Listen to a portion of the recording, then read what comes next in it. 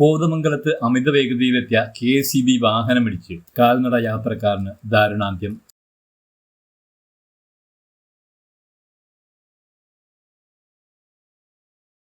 തൃക്കരിയൂർ സ്വദേശി തങ്കപ്പനാണ് മരിച്ചത്.